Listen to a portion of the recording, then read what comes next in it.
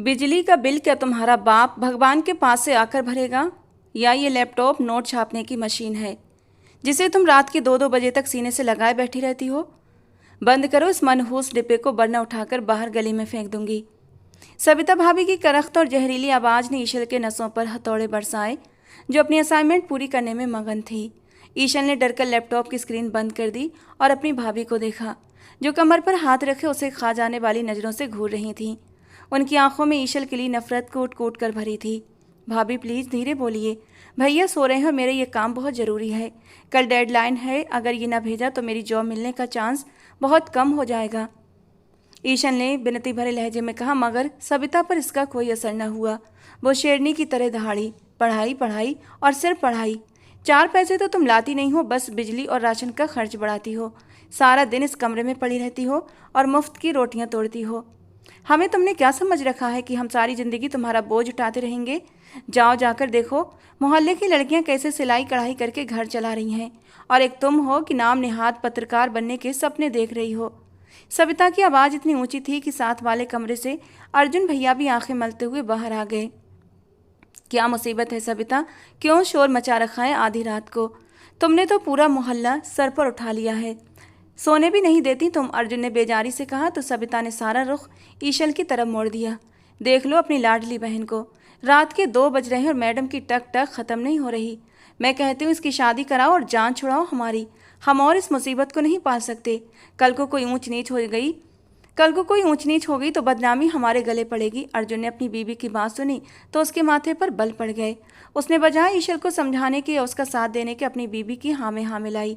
सविता ठीक ही तो कह रही है ईशल, अब तुम बच्ची नहीं हो और मेरे पास इतने संसाधन भी नहीं है कि तुम्हें और आगे पढ़ा सकूं या फिर तुम्हारे शौक़ पूरे कर सकूं।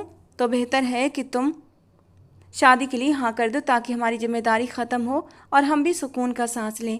भाई के अल्फाज ईशल के दिल पर नस्तर बनकर लगे। वो जो सोच रही थी कि भाई उसकी हिमायत करेंगे, उल्टा वो भी उसे बोझ समझ रही थी। ईशल ने जब से अपने आंसू रोककर मध्यम आवाज़ में बोली, भाई मैं आप लोगों पर बोझ नहीं बनना चाहती, इसीलिए तो मेहनत कर रही हूँ। मुझे एक बार अच्छी जॉब मिल जाए, मैं आपका एक एक पैसा लौटा दूंगी। बस मुझे थोड़ा वक्त दे दें, मैं वादा करती हूँ मैं यहाँ से चली जाऊँगी। सविता ने तंजिया ठाका लगाया। हाँ, पैसे लौटाएगी? अरे तुम तो अपना पेट पालो, वही बड़ी बात है। बड़ी आई जर्नलिस्ट बनने वाली। ये ख्वाब देखना छोड़ दो लड़की, और जाओ जाकर सो जाओ। अगर इस महीने बिल ज़्यादा आया तो तुम अपने पास से भरोगी। सविता पैर पटकती हुई कमरे से निकल गई और अर्जुन भी ईशल को एक सर्द निगाह से देखता हुआ वापस चला गया। ईशल वहीं अंधेरे में कुर्सी पर बैठी रही। उसका दिल कर रहा था कि फूट फूट कर रोए, मगर उसने अपनी कमजोरी को अपनी ताकत बनाने का फैसला कर लिया। उसने अंधेरे में खुद से वादा किया कि वो एक दिन इतनी बड़ी जर्नलिस्ट बनेगी कि ये लोग उससे मिलने के लिए तरसेंगे। वो इस नरक से निकल कर रहेगी, चाहे उसे कितनी ही आग में क्यों न जलना पड़े। वक्त अपनी रफ्तार से गुजरता गया और ईशल की अथक मेहनत और रातों का जागना आखिरकार रंग ले ही आया। उसे शहर के एक बहुत अच्छे न्यूज़ चैनल में बतौर क्राइम रिपोर्टर जॉब मिल गई।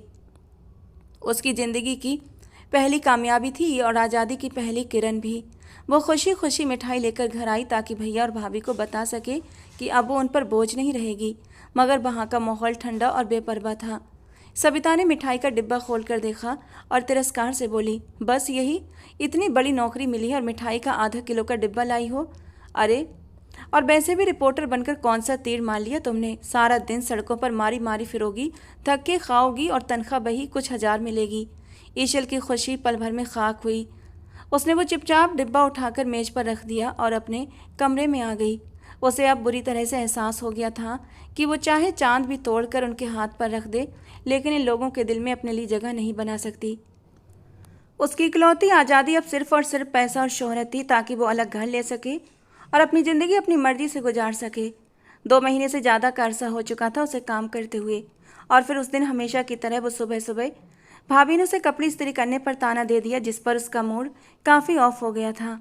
ऑफिस में ईशल अपनी डेस्क पर बैठी फाइल्स देख रही थी कि उसका कलीग रोहित कॉफ़ी के 2 मग लेकर आया और कुर्सी घसीटकर उसके पास बैठ गया। क्या हुआ ईशल, चेहरा क्यों उतरा हुआ है? तुम तो कल बहुत खुश थी कि प्रमोशन मिलने वाली है, और आज ऐसे बैठी हो जैसे तुम्हारी पूरी दुनिया ही लुट गई हो। रोहित ने पूछा तो ईशल ने गहरी सांस ली। इन 2 महीनों में रोहित से उसकी अच्छी दोस्ती हो गई थी। काफ़ी मिलनसार लड़का था। कुछ नहीं रोहित, तो बस घर के मसले हैं। भाभी के ताने हैं कि ख़त्म नहीं होते। और छोड़ो तुम, अपनी सुनाओ, कोई लीड मिली? आजकल तो क्राइम रेट भी कम हो गया है, लगता है चोरों ने भी छुट्टी ले ली है। ईशल ने बात बदल दी। रोहित ने इधर उधर देखा और फिर संजीदगी से बोला, यार ईशल, अगर हमें बाकी प्रमोशन चाहिए ना, तो हमें कुछ बड़ा करना होगा। ये छोटी मोटी चोरी डकैती की खबरों से हम यहीं क्लर्क बनकर रह जाएंगे।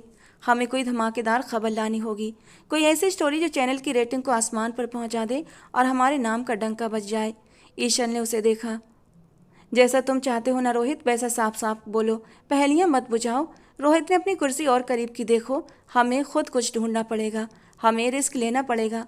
अगर हम हाथ पर हाथ धरे बैठे रहे तो कोई और बाजी ले जाएगा। और तुम जानती हो कि इस फील्ड में जो दिखता है वही बिकता है। अगर तुम एक मशहूर एंकर बनना चाहती हो तो तुम्हें अपनी भाभी का मुंह बंद करने के लिए कोई बड़ा कदम उठाना होगा। ईशल सोच में पड़ गई। रोहित सही कह रहा था, उसे अपनी तकदीर बदलने के लिए कुछ अलग करना था। दोपहर के वक्त वो दोनों कैफेटेरिया में बैठे लंच कर रहे थे।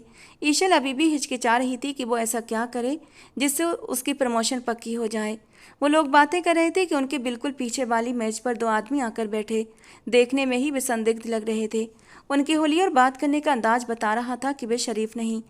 उन्होंने चारों तरफ देखकर बहुत धीमी आवाज़ में बात करना शुरू की।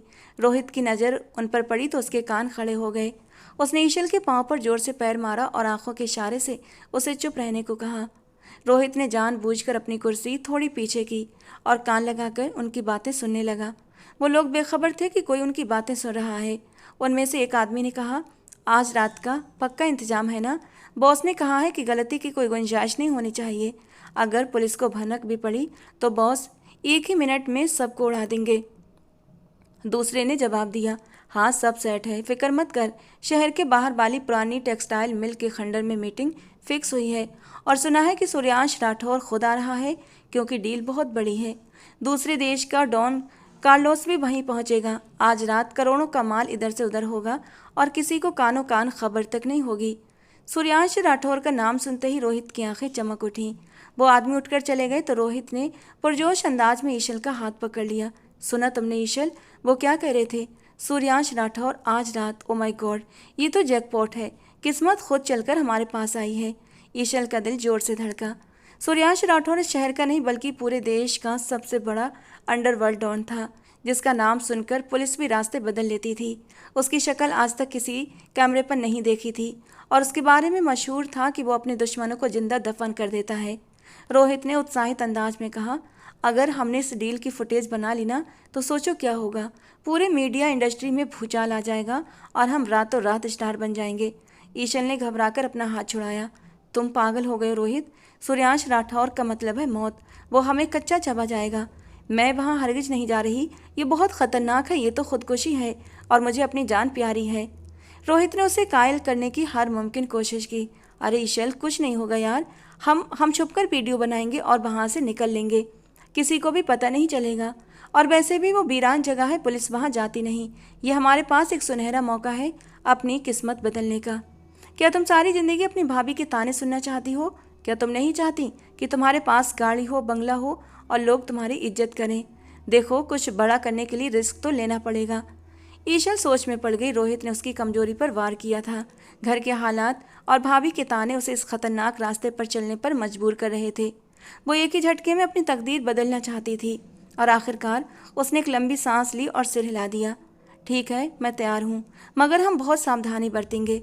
अगर कुछ भी गड़बड़ हुई तो हम फौरन वहाँ से वापस आ जाएंगे। रात का अंधेरा हर तरफ फैल चुका था।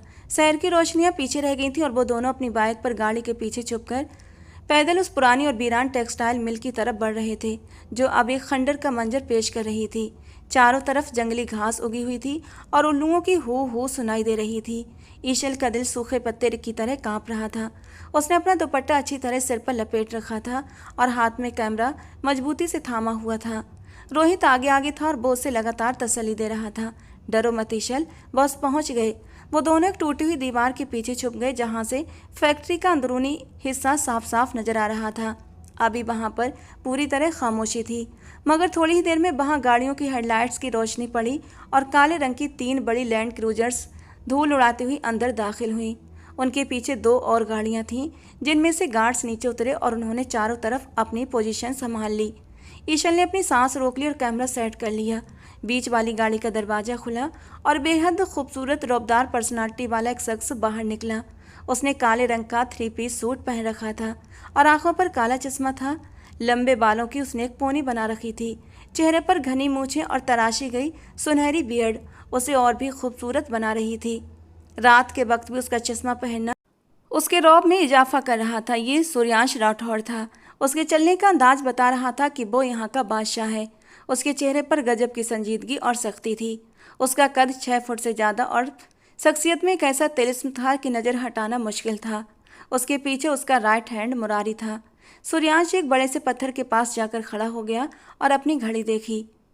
ईशल के हाथ कांप रहे थे। रोहित ने उसके कान में फुसफुसाया, फोकस रखो ईशल, यही वो मंजर है जो हमें वायरल करना होगा। थोड़ी देर के बाद दूसरी तरफ से भी कुछ गाड़ियां आईं और उनमें से विदेशी दिखने वाला डॉन कार्लोस अपने आदमियों के साथ नीचे उतरा। माहौल में अजीब सा तनाव था। दोनों तरफ के गार्ड्स की उंगलियां ट्रिगर पर थीं।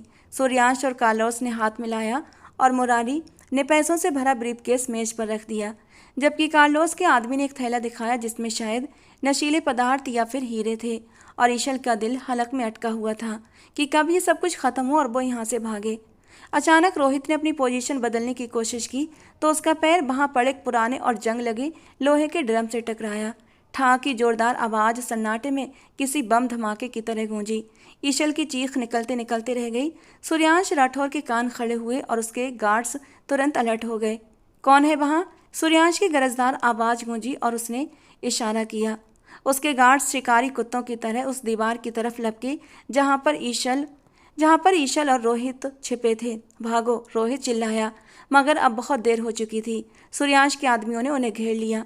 ईशल ने भागने की कोशिश की मगर एक गार्ड ने उसके बाल पकड़कर उसे खींच लिया और रोहित को लात मारकर जमीन पर गिरा दिया। वे दोनों अब रहम की भीख मांग रहे थे। गार्ड्स उन्हें घसीटते हुए सूर्यांश और कार्लोस के बीच ले आए। ईशल का दुपट्टा खींचातानी में उतरकर उसके कंधों पर आ गया था और वो बुरी तरह रो रही थी। ये तो मीडिया वाले लगते हैं बॉस। मुरारी ने ईशल के हाथ से कैमरा छीनकर जमीन पर दे मारा और उसे जूतों से कुचल दिया। सूर्यांश ने अपना काला चश्मा उतारा और अपनी गहरी काली आंखों से उन दोनों को देखा जो मौत के डर से कांप रहे थे। उसकी नज़रों में एक ऐसा तूफान था जिसने ईशल को जड़ कर दिया। कार्लोस की नज़र ईशल पर पड़ी तो उसकी आंखों में गंदी नीयत साफ झलक उठी। अरे वाह सूर्यांश, डील के साथ साथ मनोरंजन का भी इंतजाम कर दिया है तुमने, कार्लोस ने टूटी फूटी हिंदी में कहा और घूरते हुए ईशल की तरफ देखा। लड़के को मार दो मगर ये लड़की मैं अपने साथ ले जाऊंगा, ये अब मेरी है। कार्लोस ने ईशल की तरफ हाथ बढ़ाया और उसका बाजू पकड़ने की कोशिश की। नहीं, भगवान के लिए मुझे छोड़ दो, हमारे पास कुछ नहीं है, हमने कुछ भी रिकॉर्ड नहीं किया, प्लीज़ मुझे मत छूइए। ईशल ने दिल दहला देने वाली चीख मारी और पीछे हटने की कोशिश की। रोहित को एक गार्ड ने बंदूक के निशाने पर ले लिया था और वो भी गिड़गिड़ा रहा था। सूर्यांश साहब, हमें माफ़ कर दीजिए, हमसे गलती हो गई। कार्लोस ने ईशल की कलाई पकड़ ली और उसे अपनी तरफ खींचने लगा। चलो मेरी जान, आज की रात तुम मेरे मेहमान खाने में गुजारोगी। कार्लोस का ठाका ईशल की रूह तक कंपा गया, मगर उसी पल एक मजबूत हाथ ने कार्लोस की कलाई को थाम लिया। ये पकड़ इतनी सख्त थी कि कार्लोस की चीख निकल गई। ये हाथ सूर्यांश राठौर का था। सूर्यांश ने झटके से कार्लोस का हाथ मरोड़ा और दूसरे हाथ से अपनी गन निकालकर सीधे कार्लोस के माथे पर रख दी। वहाँ मौजूद हर शख्स सांस रोके खड़ा था। Deal cancel. सूर्यांश की आवाज़ में बर्फ़ जैसी ठंडक और आग जैसा गुस्सा था। अपनी गंदी नज़रें और गंदे हाथ मेरी हद में रखने का अंजाम जानते हो ना तुम कार्लोस। ये लड़की यहाँ सिर्फ मेरे साथ जाएगी क्योंकि इसने मेरी जासूसी की है और सूर्यांश राठौर अपने मुजरिम किसी को नहीं देता। सूर्यांश ने गन का ट्रिगर दबाया तो कार्लोस के आदमी भी बंदूकें तान कर खड़े हो गए, मगर सूर्यांश के चेहरे पर कोई डर नहीं था, बल्कि एक ऐसा रौब था जिसने सबको पीछे हटने पर मजबूर कर दिया। खबरदार जो किसी ने इसे बुरी नज़र से देखा, ये अब सूर्यांश राठौर की कैद में है और मेरी कैद से सिर्फ मौत ही रिहा कर सकती है इसे। सूर्यांश के सैलान पर कार्लोस ने अपनी जान बचाने में ही भलाई समझी और अपने आदमियों को वापस जाने का इशारा किया। कार्लोस के जाते ही सूर्यांश ने रोहित की तरफ देखा। इस लड़के को ले जाओ और ख़त्म कर दो। सूर्यांश के ठंडे लहजे में हुक्म दिया ना था कि वो लोग उसे लेकर चले गए। नहीं, ईशा रोते हुए सूर्यांश के कदमों में गिर पड़ी। इसे मत मारिए, ये मेरा दोस्त है, हमारी गलती है, हमें माफ़ कर दीजिए। मैं वादा करती हूँ हम किसी को कुछ नहीं बताएंगे। ईशल की हालत खराब हो चुकी थी। उसका हुलिया बिगड़ गया था और आंसुओं से चेहरा भीग चुका था। तो वहीं रोहित की जबान तो जैसे तालू से चिपक गई थी। वो कुछ बोल ही नहीं पा रहा था। सूर्यांश झुका और ईशल का बाजू इतनी जोर से पकड़ा कि उसे लगा उसकी हड्डी टूट जाएगी। उसने ईशल को खड़ा किया और उसे घसीटता हुआ अपनी गाड़ी की तरफ ले गया। बैठो अंदर। सूर्यांश ने उसे पिछली सीट पर धकेला और खुद उसके बराबर में आकर बैठ गया। गाड़ी का लॉक लगाते ही ईशल सिमटकर दरवाजे से लग गई। सूर्यांश ने गाड़ी चलाने का इशारा किया और फिर अचानक ईशल की तरफ मुड़ा। उसने ईशल का जबड़ा अपने हाथों में सख्ती से पकड़ लिया और उसका चेहरा अपने करीब किया। वीडियोस कहाँ हैं? सबूत कहाँ छिपाया है तुमने? बोलो वरना अंजाम बुरा होगा। सूर्यांश की आंखों में बही खतरनाक सी चमक थी, मगर सामने खड़ी ईशल का हाल कुछ और था। डर के मारे उसकी आवाज़ ऐसे कांप रही थी जैसे ठंड में बिना स्वेटर के खड़ी हो। कसम से मैं सच बोल रही हूँ, ईशल ने दोनों हाथ ऊपर उठाते हुए कहा। हमने वीडियो नहीं बनाई, कैमरा ऑन करने से पहले ही पकड़े गए थे। मतलब पकड़ी गई थी? मतलब हम तो ऐसे ही घूमने आए थे, पिकनिक टाइम। हम आपकी जासूसी करने थोड़ी ना आए थे। कसम ले लें, मेरी तनख्वाह तो इतनी अच्छी है कि मेरा अच्छा गुजारा हो जाता है। मुझे प्रमोशन का कोई लालच नहीं था। उसकी बात पर सूर्यांश ने अपनी भौहें चढ़ाईं। जंगल में रात के वक्त पिकनिक? ईशल ने तुरंत सिर हिलाया। हाँ, मतलब नेचर वॉक। मैं तो बस पेड़ों से दोस्ती करने आई थी। पेड़ों से दोस्ती? सूर्यांश ने धीरे से दोहराया। हाँ, वो जो पेड़ होते हैं ना, ऑक्सीजन देते हैं। मैंने सोचा थैंक यू बोल दूँ। ईशल ने मासूमियत से कहा कि अचानक खुद ही बड़बड़ाने लगी। वैसे पेड़ जवाब क्यों नहीं देते? बहुत बदतमीज होते हैं ना। सूर्यांश ने सच में अपना सिर पकड़ लिया। और ये कैमरा? उसने ईशल के बैग से निकला छोटा कैमरा दिखाते हुए पूछा। ईशल एक सेकंड के लिए चुप हो गई। वो ये मेरा नहीं है। ये तो रास्ते में पड़ा मिला। मैंने सोचा कोई बेचारा कैमरा खो गया होगा तो मैं उसे उसके घर छोड़ दूं। कैमरा को घर छोड़ोगी? सूर्यांश ने तिरछी नज़र से उसे देखा। हाँ, मतलब उसका घर? मतलब दुकान? मतलब छोड़ ही देती कहीं ना कहीं। ईशल खुद ही कंफ्यूज हो गई।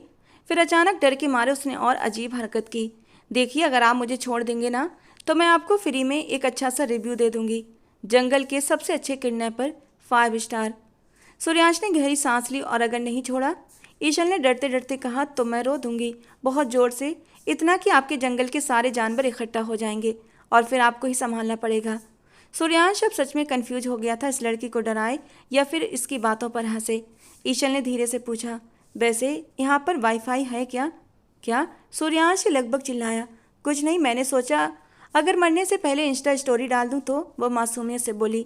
सूर्यांश ने आखिरकार माथा पीट लिया।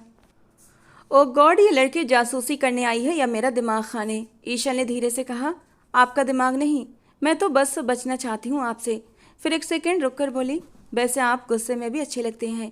आपकी बार सूर्यांश ने सीधा आसमान की ओर देखा, जैसे पूछ रहा हो ये मुसीबत मुझे ही क्यों मिली। मगर फिर भी सूर्यांश को उसकी मासूमियत पर जरा भी यकीन नहीं आ रहा था। झूठ मत बोलो, मुझे पता है तुम जैसे पत्रकारों का हर जगह माइक्रोफोन और कैमरे छुपाए फिरते हैं। जब तक तुम मुझे सारे सबूत नहीं दोगी तब तक तुम मेरी कैद में रहोगी। और दुआ करो कि वो सबूत जल्दी मिल जाएं, वरना मेरा सब्र बहुत कम है। सूर्यांश ने उसे झटका दिया और सामने देखने लगा। ईशल रोती रही। वो जानती थी अब वो एक ऐसे दलदल में फंस चुकी है जहाँ से निकलना नामुमकिन है। सुबह का सूरज अभी पूरी तरह निकला भी नहीं था कि ईशल के घर के बाहर एक तमाशा लगा हुआ था। सविता भाभी ने अपनी फटी हुई आवाज़ में पूरा मोहल्ला सिर पर उठा रखा था और गली के बीचों बीच खड़ी होकर छाती पीट रही थी। हाय, मैं बर्बाद हो गई, मैं लूट गई, मेरी इज्जत खाक में मिल गई। मैं तो पहले ही कहती थी कि इस लड़की के लक्षण ठीक नहीं, मगर कोई मेरी सुनता ही नहीं था। देख लो, आज काले मल दी उसने हमारे मुंह पर। सविता की चीखों पुकार सुनकर आसपास की औरतें इकट्ठा हो चुकी थीं और खुसर पुसर कर रही थीं।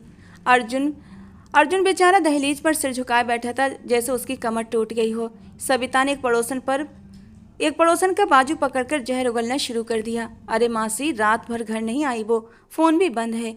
मैंने तो पहले ही अर्जुन से कहा था कि इसकी नौकरी छुड़वा दो। ये जो रोज़ नए नए कपड़े पहनकर और मेकअप थोप कर जाती है, मुझे तो शक था कि इसका कहीं चक्कर चल रहा है, और आज साबित हो गया कि वो किसी आशिक के साथ भाग गई है।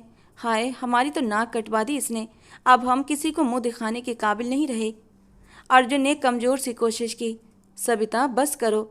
हो सकता है कि जैसा तुम सोच रही हो वैसा ना हुआ हो सकता है कोई हादसा हो गया हो। मगर सविता ने उसे भी डांट दिया। हादसा? अरे कैसा हादसा? अगर हादसा होता तो अस्पताल या पुलिस से फोन ना आता। ये भागी है अर्जुन। ये भागी है अपने उसी कलीग के साथ जिसके साथ सारा दिन घूमती थी। आज के बाद इस घर का दरवाजा उस कलंक के लिए हमेशा के लिए बंद है। अगर वो वापस आई भी तो मैं उसे जिंदा नहीं छोड़ूंगी। उसने हमारे खानदान की इज्जत को नीलाम कर दिया है। अर्जुन ने बेबसी से आंखें बंद कर लीं और यूं ईशल के लिए वापसी के तमाम रास्ते बंद हो गए। उसे भागी हुई और बदचलन घोषित कर दिया गया, जबकि वो अपनी जान और इज्जत बचाने के लिए मौत के मुंह में कैद थी। दूसरी तरफ शहर से बहुत दूर पहाड़ों के बीच वादियों में बना एक बेहद आलीशान और किले जैसी हवेली के गेट खुले और सूर्याश राठौर की गाड़ियों का काफिला अंदर दाखिल हुआ। यह हवेली किसी बादशाह के महल से कम नहीं थी, मगर इसकी ऊंची दीवारों पर तैनात हथियारबंद गार्ड्स बता रहे थे कि ये किसी आम इंसान का घर नहीं बल्कि एक डॉन का अड्डा है। गाड़ी पोर्च में रुकी तो सूर्यांश ने दरवाजा खोला और बाहर निकला। उसने फुर्ती से पिछली सीट का दरवाजा खोलकर ईशल को बाजू से पकड़कर बाहर निकाला।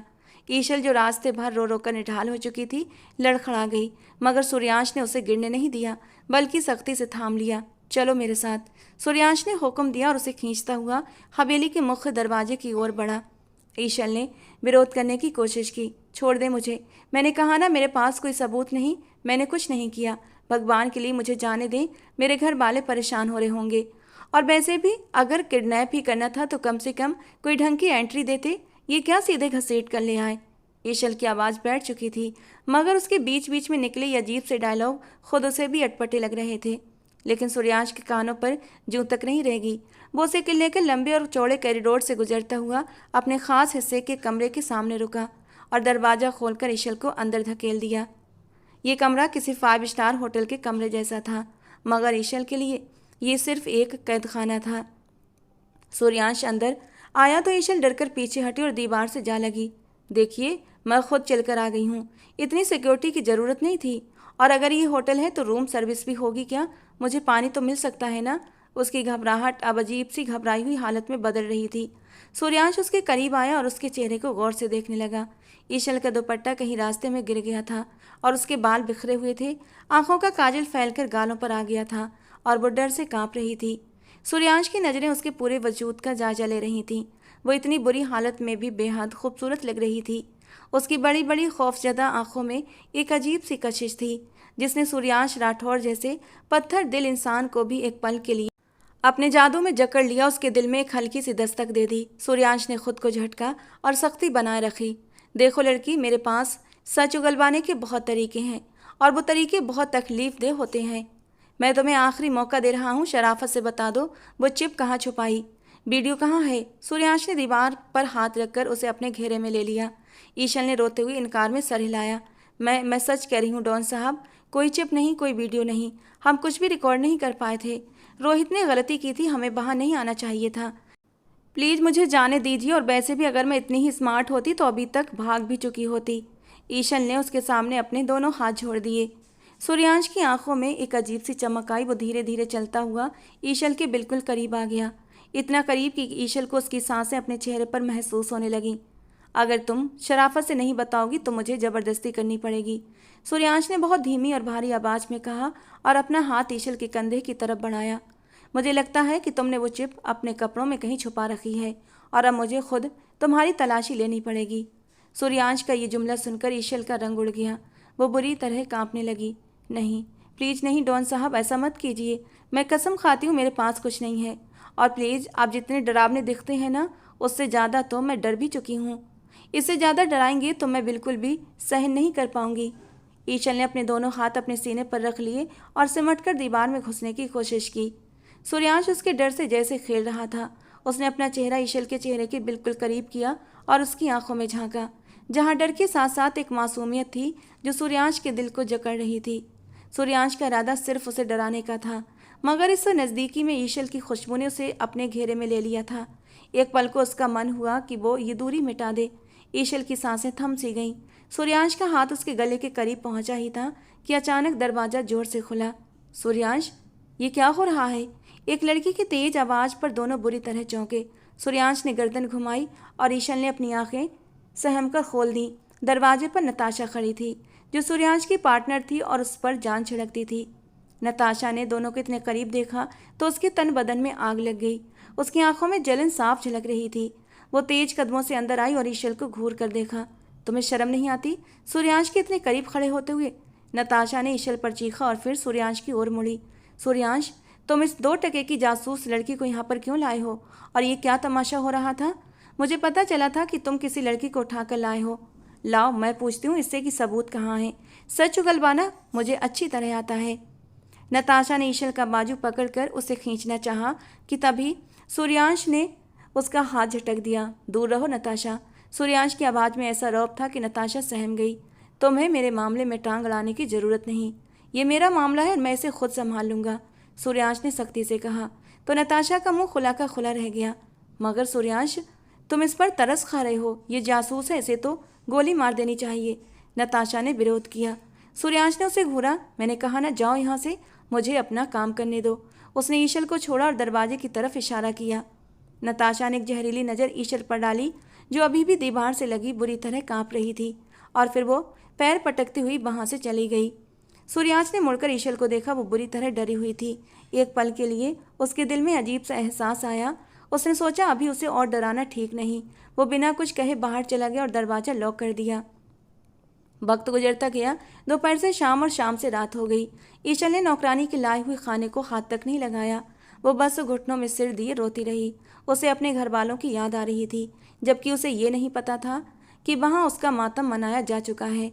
रात के किसी पहर सूर्यांश दोबारा कमरे में आया तो देखा खाना वैसा का वैसा रखा था, ठंडा हो चुका था।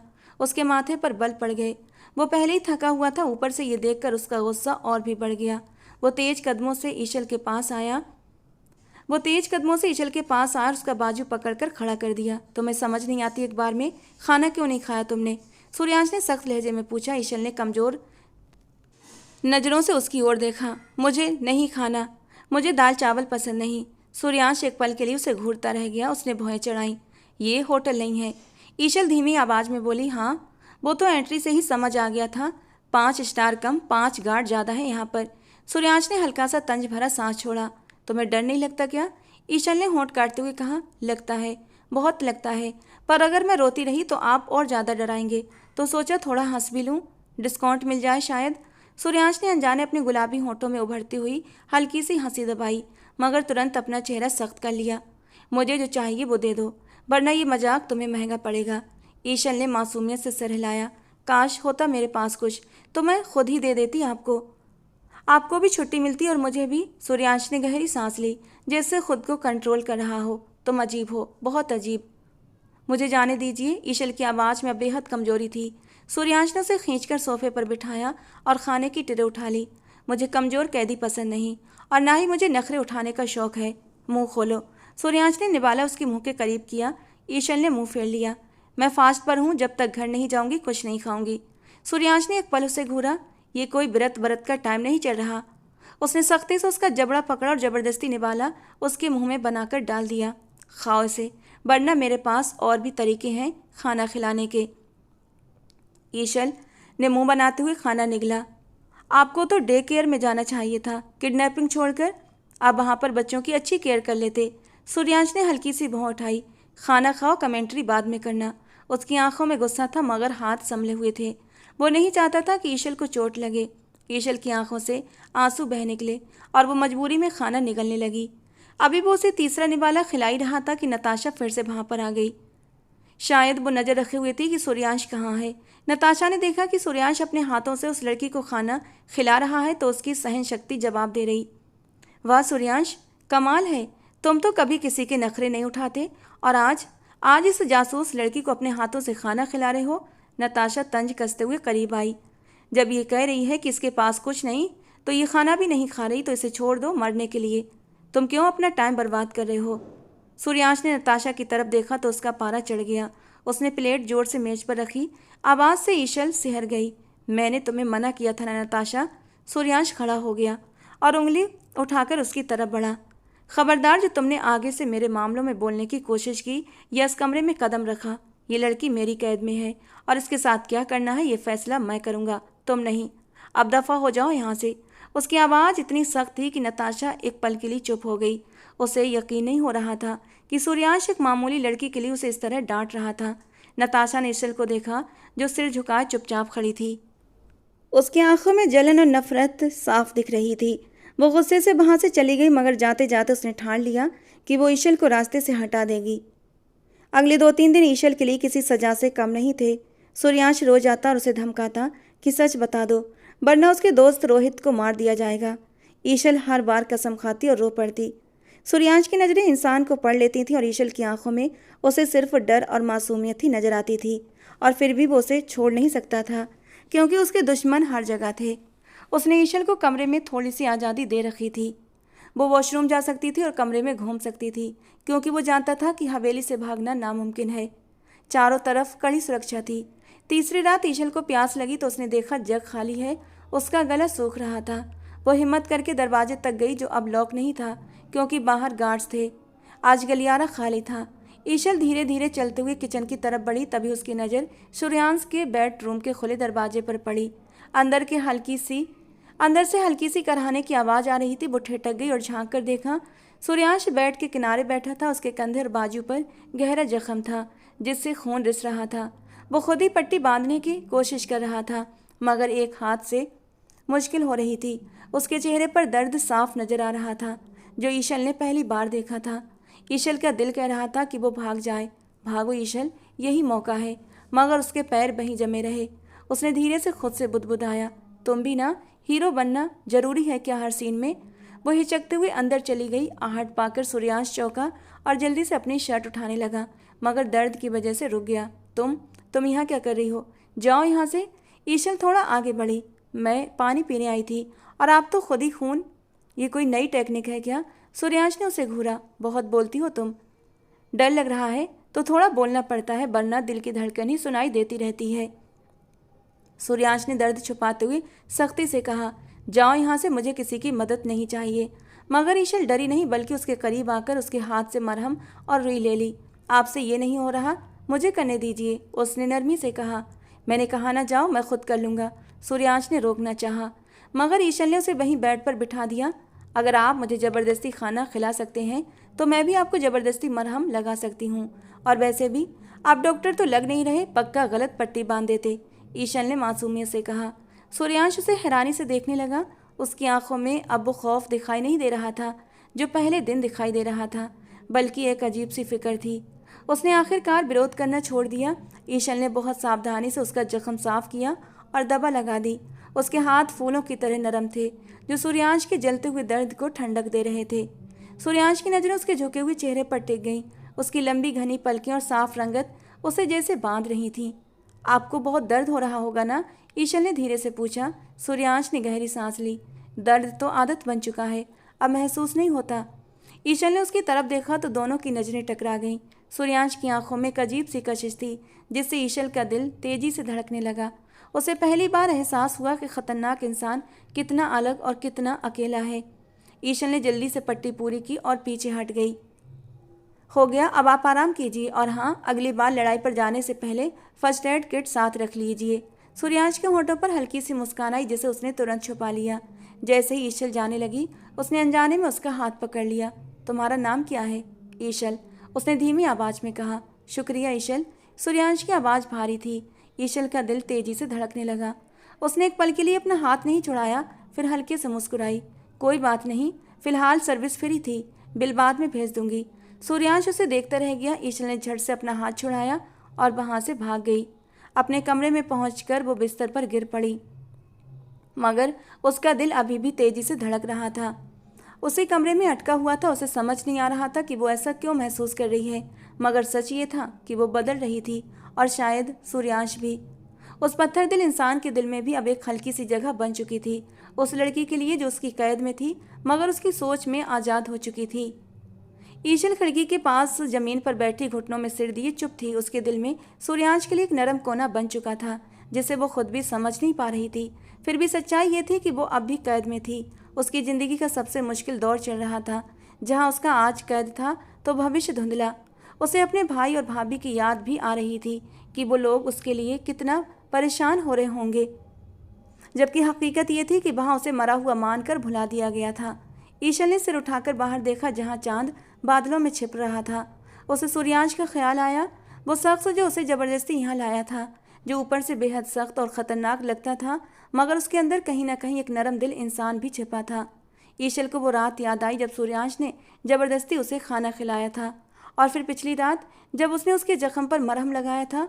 उसकी आंखों में जो तन्हाई थी वो ईशल के दिल को छू गई। वो सोचने लगी कि अब वो सच में इतना बुरा है जितना दुनिया उसे मानती है, या फिर हालात ने उसे ऐसा बना दिया है। ईशल इन्हीं ख्यालों में बुरी तरह खोई हुई थी कि अचानक उसे अपने दोस्त रोहित का ध्यान आया। पता नहीं वो कहाँ होगा, जिंदा भी होगा या नहीं। सूर्यांश ने तो कहा था कि वो ठीक है, मगर क्या उस पर भरोसा किया जा सकता है? ईशल का दिल बेचैनी से भर गया। अभी वो इन्हीं सोचों में डूबी थी कि कमरे का दरवाज़ा धीरे से खुला और नताशा अंदर आई। ईशल चौंक गई और जल्दी से अपने आंसू पोंछ लिए। उसे लगा था कि नताशा उसे फिर से डराने या ताने देने आई होगी, मगर आज उसका अंदाज बिल्कुल बदला हुआ था। उसके चेहरे पर एक बनावटी सी मुस्कान थी और हाथ में जूस का गिलास। वो चलते हुए ईशल के पास आई और नरमी से बोली, अरे ईशल, तुम अभी तक उदास बैठी हो? देखो, रो मत, तबीयत खराब हो जाएगी तुम्हारी। ये लो जूस है, फ्रेश है, पी लो, अभी थोड़ी ताकत मिल जाएगी तुम्हें। ईशल ने उसे हैरानी से देखा। ये वही लड़की थी जो कल उसे मारने की धमकी दे रही थी और आज इतनी हमदर्दी दिखा रही थी।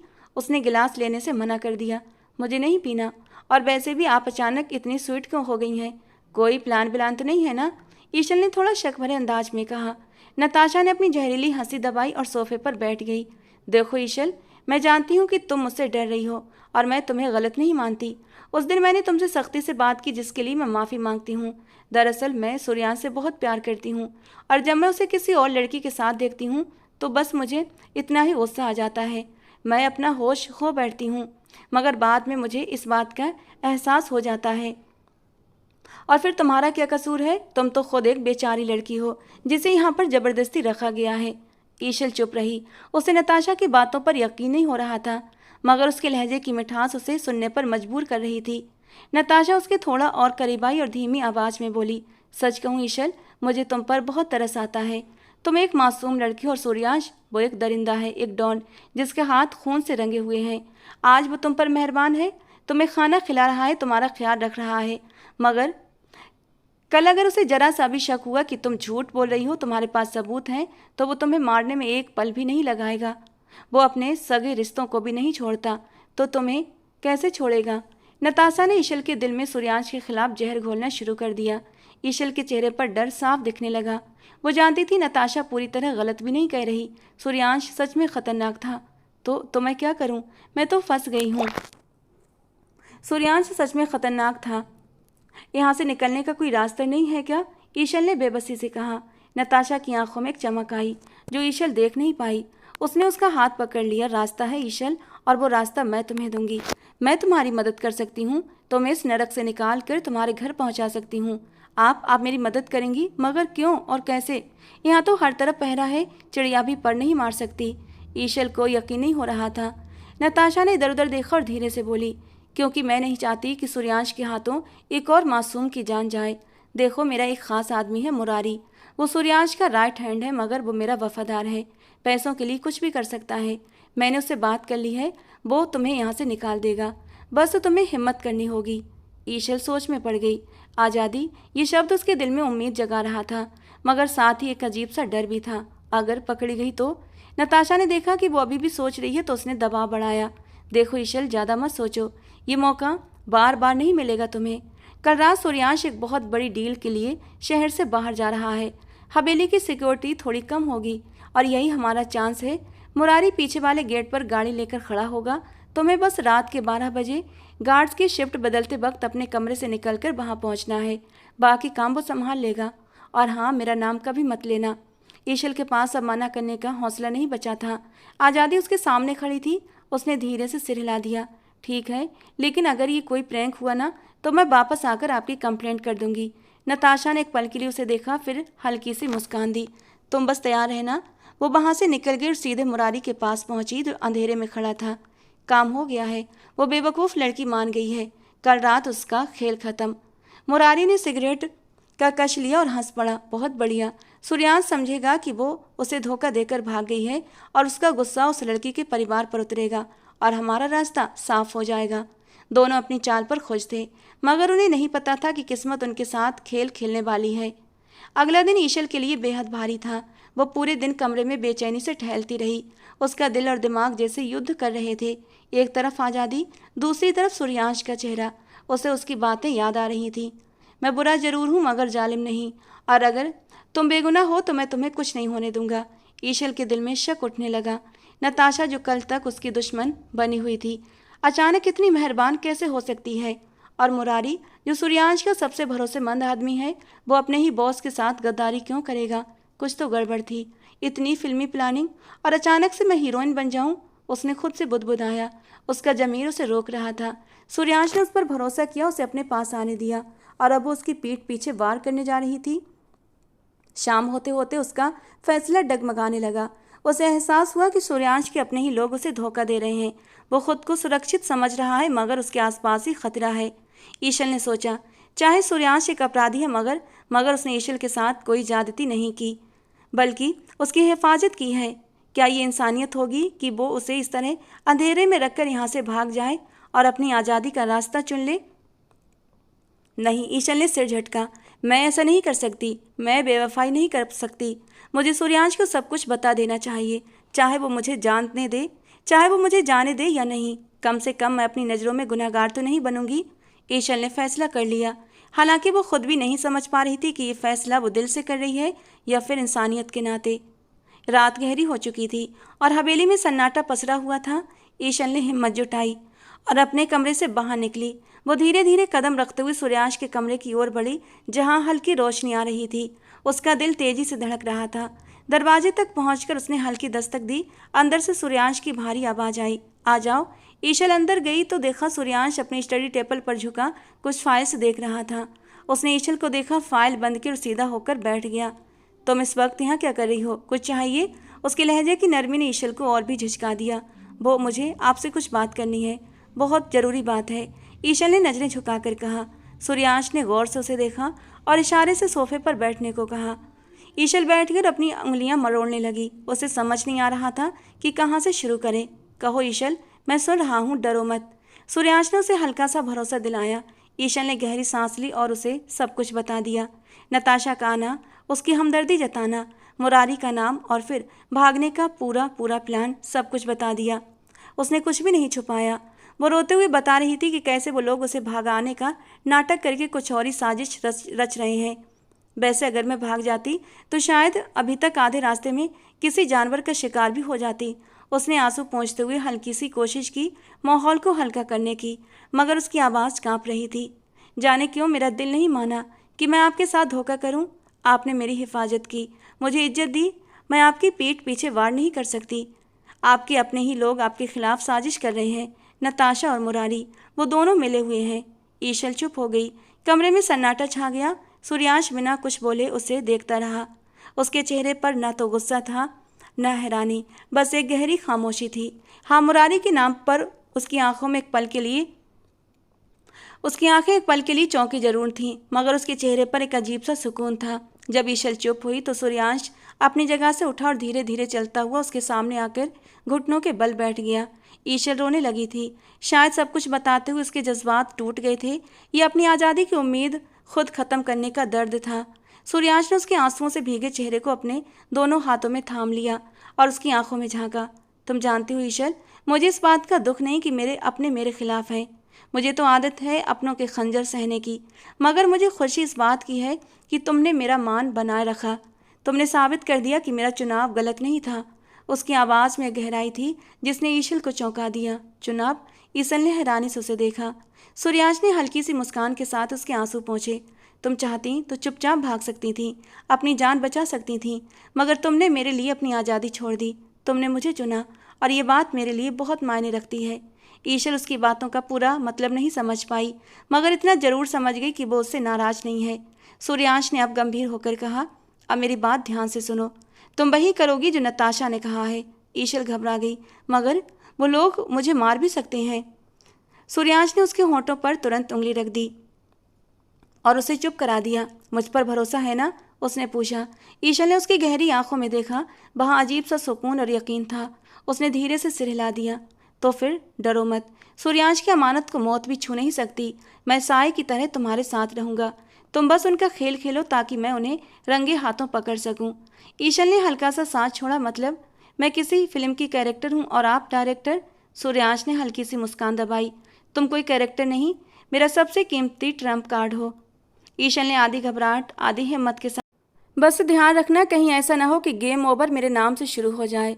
सूर्यांश ने उसकी तरफ देखा। जब तक मैं हूं तुम्हारा कोई गेम ओवर नहीं होगा।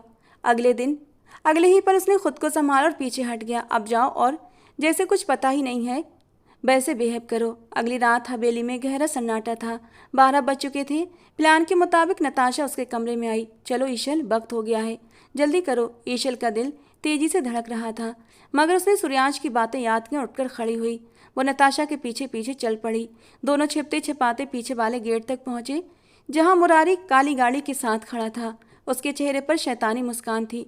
आओ बैठो बेबी डॉल, आज़ादी तुम्हारा इंतजार कर रही है। ईशल ने एक पल के लिए हवेली की ओर देखा, जैसे वो उसे ढूंढ रही हो।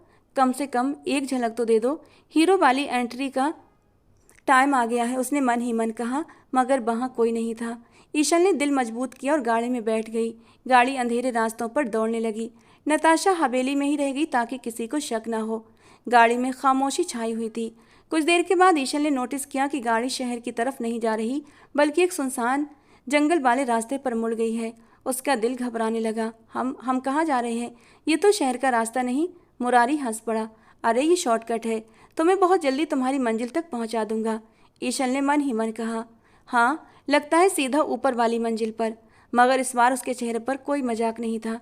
उसे समझ आ गया था कि उसका शक सही था। गाड़ी एक वीरान खंडर के पास जाकर रुकी। मुरारी नीचे उतरा, पिस्तौल निकाली और उसकी तरफ बढ़ा दी। बाहर निकलो, तुम्हारा सफ़र ख़त्म हुआ। ईशल कांपते हुए बाहर आई। तुम मुझे मारना चाहते हो? तुमने तो वादा किया था कि। मुरारी ने थूक निगल कर कहा।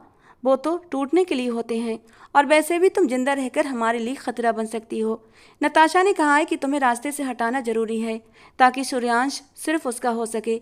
बाद में सूर्यांश को रास्ते से कैसे हटाना है वो भी नताशा तय करेगी, और मैं उसका राइट हैंड बनकर राज करूंगा। अलविदा। उसने ट्रिगर दबाने के लिए उंगली हिलाई। उसी पल अंधेरे को चीरती हुई एक गोली चली और सीधी मुरारी के हाथ पर लगी। उसकी पिस्तौल नीचे गिर गई और वो दर्द से चीख उठा। आह, ये क्या? उसने पीछे मुड़कर देखा। अंधेरे से सूर्यांश बाहर आया, हाथ में धुआं छोड़ती बंदूक और चेहरे पर मौत जैसी सख्ती। उसके पीछे उसके कई गार्ड्स निकल आए, जिन्होंने मुरारी को चारों तरफ से घेर लिया। बॉस, मुरारी हकलाया। ये लड़की तो भाग रही थी, मैं तो इसे रोक रहा था। उसने आखिरी कोशिश की, मगर सूर्यांश आगे बढ़ा और एक जोरदार लात उसके मुंह पर मारी। वो जमीन पर गिर पड़ा। अपनी बकवास बंद करो गद्दार। उसकी आवाज़ में ऐसा गुस्सा था कि हवा भी थम गई। ईशल वहीं खड़ी कांप रही थी, मगर इस बार डर से ज़्यादा उसे एक अजीब सा सुकून महसूस हो रहा था। उसने धीरे से बुदबुदाया। हीरो वाली एंट्री थोड़ी लेट थी पर ठीक थी। सूर्यांश ने एक पल उसके देखा और हल्की सी आंख सिकोड़ कर बोला, डायलॉग बाद में, पहले सीन ख़त्म होने दो। मुझे सब पता था। तुम्हारी और नताशा की एक चाल की खबर थी मुझे। मैं बस ये देखना चाहता था कि तुम किस हद तक गिर सकते। तुमने मेरी पीठ में खंजर घोंपा, और वो भी एक औरत के लिए। सूर्यांश की आवाज़ बर्फ जैसी ठंडी थी। उसने ईशल की ओर देखा, जो अभी भी सन्न खड़ी थी। फिर उसने नरमी से उसका बाजू पकड़ा, उसे अपनी ओर खींचा और अपने साथ खड़ा कर लिया। तुम्हें लगा कि मैं अपनी अमानत को ऐसे ही छोड़ दूंगा? उसने मुरारी की तरफ देखा। ले जाओ इसे और ऐसी सजा दो कि मौत भी इसे देखकर कांप जाए। काल कोठरी में ले जाकर बंद कर दो इसे और तड़पा तड़पा कर ख़त्म कर दो। उसके इशारे पर गार्ड्स मुरारी को घसीटते हुए ले गए। थोड़ी देर के बाद दूसरी गाड़ी आई, जिसमें नताशा को पकड़ा हुआ था। वो रो रही थी, चीख रही थी। सूर्यांश, प्लीज माफ़ कर दो, मैं बहक गई थी। मुझे तुम्हारी मोहब्बत ने अंधा कर दिया था। वो उसके पैरों में गिर गई। सूर्यांश ने उसे नफरत से देखा। मोहब्बत? तुम जैसी औरतें मोहब्बत नहीं करती नताशा, सौदा करती हैं। तुमने मेरे भरोसे का सौदा किया, मेरी ज़िंदगी में जहर घोलने की कोशिश की और इस लड़की को मारना चाहा जो बेगुनाह है। उसने ईशल की तरफ इशारा किया, जो अब भी उसके कोट को कसकर पकड़े खड़ी थी।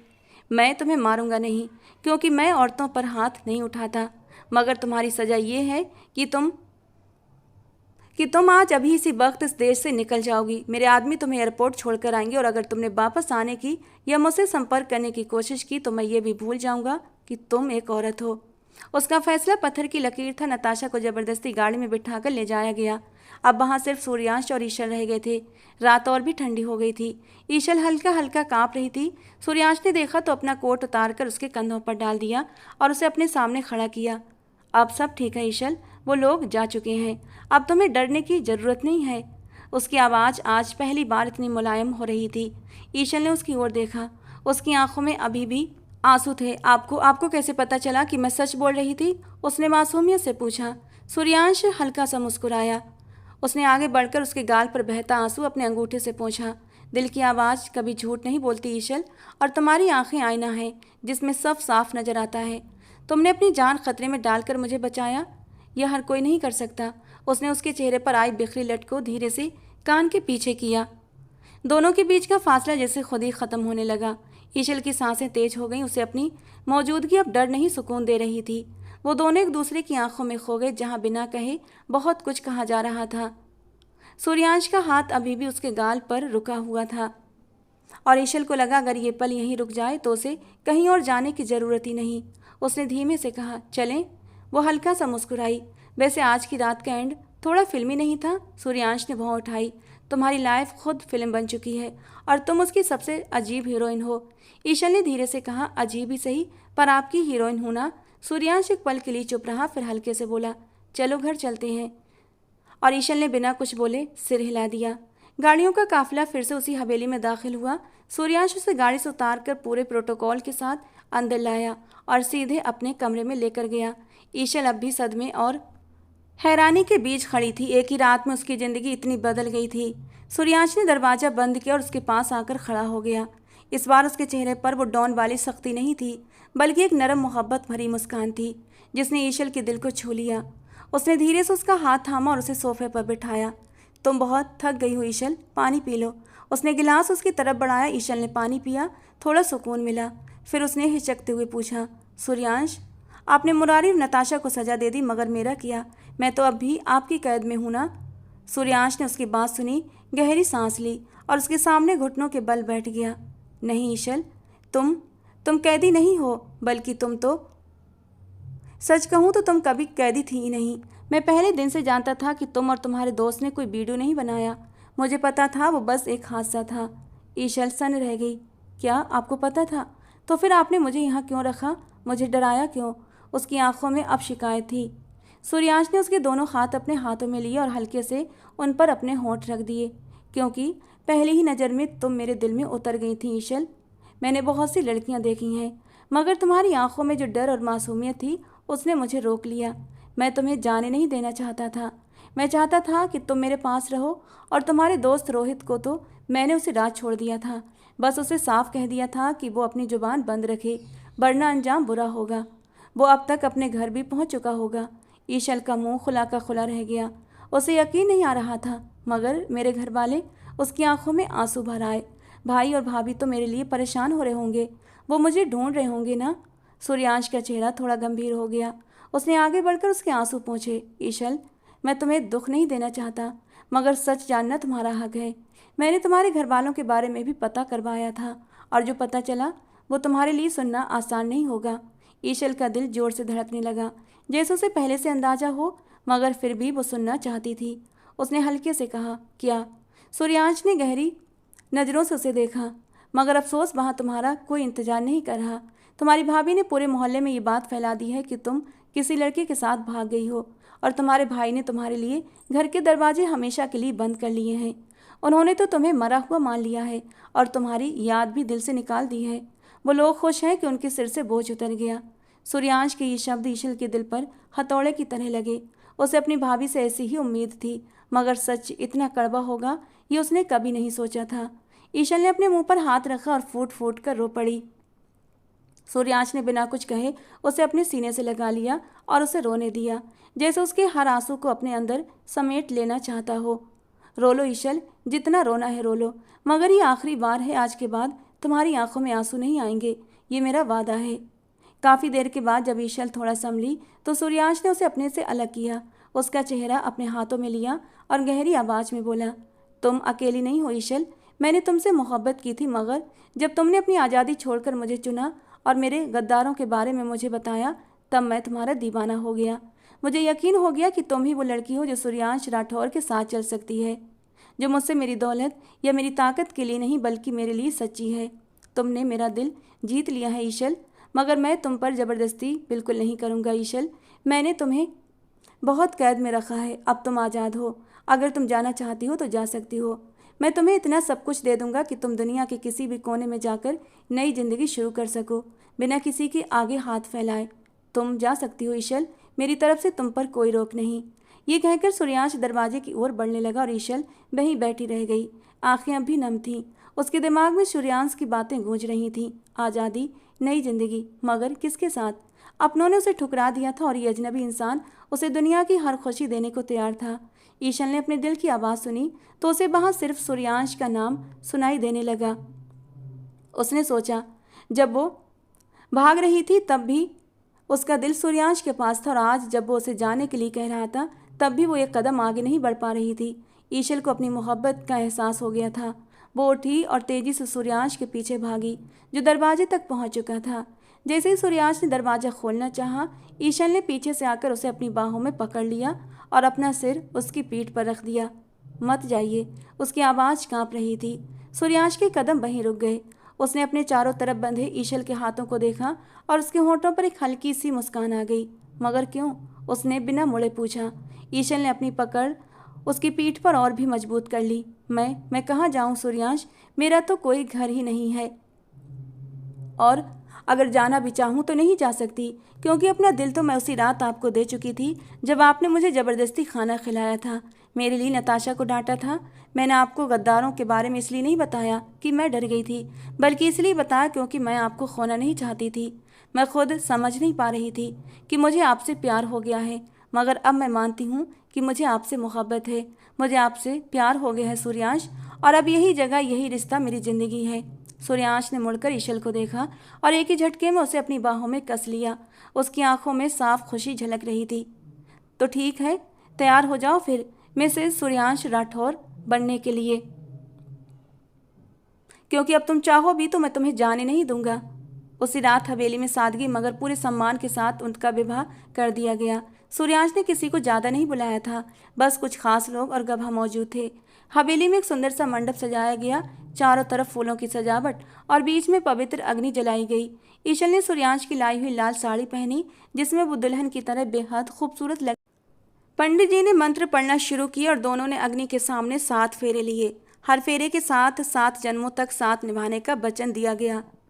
जब सूर्यांश ने ईशल की मांग में सिंदूर भरा और उसके गले में मंगलसूत्र पहनाया तो ईशल की आंखें खुशी और शर्म से झुक गईं और उसके चेहरे पर हल्की मुस्कान आ गई। वो उनकी नई जिंदगी की शुरुआत थी, जहां डर नहीं, सिर्फ प्यार और साथ था। विदाई के बाद सूर्यांश ईशल को लेकर अपने बेडरूम में आया, जिसे फूलों और शम्माओं से सजाया गया था। कमरे में मोगरे और गुलाब की खुशबू बसी हुई थी और कैंडल्स की हल्की रोशनी माहौल को बेहद खूबसूरत और रोमांटिक बना रही थी। सूर्यांश ने दरवाज़ा बंद किया और धीरे धीरे चलते हुए ईशल के पास आया, जो बिस्तर के किनारे चुपचाप सिर झुकाए बैठी थी और शर्म से उसके गाल लाल हो रहे थे। सूर्यांश उसके सामने खड़ा हुआ। उसने धीरे से उसका चेहरा ऊपर उठाया और उसकी आंखों में देखने लगा, जहाँ शर्म का समंदर मौजूद था। सूर्यांश ने अपना अंगूठा उसके कांपते हुए होंठों पर फेरा। आज हम दोनों के बीच कोई भी पर्दा नहीं रहेगा ईशल, आज तुम पूरी मेरी हो जाओगी। सूर्यांश की आवाज़ में जुनून था। सूर्यांश ने झुककर ईशल की गर्दन पर अपने होंठ रख दिए तो ईशल के जिस्म में सनसनी दौड़ गई। उसने घबराकर सूर्यांश की शर्ट को मुट्ठियों में जकड़ लिया। सूर्यांश ने उसके बालों की पिन खोल दी और उसके काले घने बाल उसके कंधों पर बिखर गए। सूर्यांश ने उसे बेड पर लिटाया, खुद उसके ऊपर झुक गया। सूर्यांश ने ईशल के कानों में सरगोशी की। मैंने लम्हों का बहुत इंतजार किया है। तुम मेरी वो दीवानगी हो जिसका कोई इलाज नहीं। धीरे धीरे सूर्यांश के हाथ उसके वजूद के नरम नाजुक हिस्सों को छूते हुए ईशल को भी मदहोश कर रहे थे। बुरी तरह मदहोश होते ईशल ने खुद को सूर्यांश के हवाले कर दिया। बड़ी नरमी से सूर्यांश ने उसकी साड़ी का पल्लू हटाया और उसके ब्लाउज की डोरियों को खोल दिया। ब्लाउज कंधे से सरकते हुए वो उसकी नरम नाजुक वजूद को बड़ी शिद्दत से महसूस करने लगा, जबकि मदहोशी से मचलते हुए ईशल ने उसकी पीठ में अपने नाखून गाड़ दिए। सूर्यांश के हर स्पर्श में आग थी जो ईशल को जला रही थी, मगर ये जलना उसे सुकून दे रहा था। वो रात उनकी मोहब्बत की सबसे खास रात थी, जहाँ शब्द कम पड़ गए थे और सिर्फ एहसास बाकी रह गए थे। दोनों एक दूसरे के बेहद करीब थे, जैसे सारी दूरियां ख़त्म हो गई हों। उस पल में सिर्फ उनका रिश्ता, उनका भरोसा और उनका साथ था। ईशल की आंखों में नमी थी, मगर उसमें डर नहीं बल्कि अपनापन और समर्पण था। सुबह जब ईशल की आंख खुली तो वो सूर्यांश के पास सुकून से लेटी थी। सूर्यांश ने मुस्कुराते हुए उसके माथे को हल्के से छुआ तो ईशल शर्माकर अपना चेहरा छिपा गई। सूर्यांश हंसते हुए उसे अपने करीब खींच लेता है। अब तुम मेरी जिंदगी का हिस्सा हो। दोनों एक दूसरे को देखकर मुस्कुरा रहे थे। उनकी आंखों में सिर्फ प्यार, भरोसा और साथ निभाने का वादा था। तो दोस्तों, आज की हमारी ये कहानी आपको कैसी लगी कमेंट बॉक्स में ज़रूर बताना। पसंद आई हो तो प्लीज़ लाइक करना। ऐसी और कहानियों के लिए हमारे चैनल से जुड़े रहें। मिलते हैं दोस्तों अगली किसी नई और रोमांटिक सी कहानी के साथ।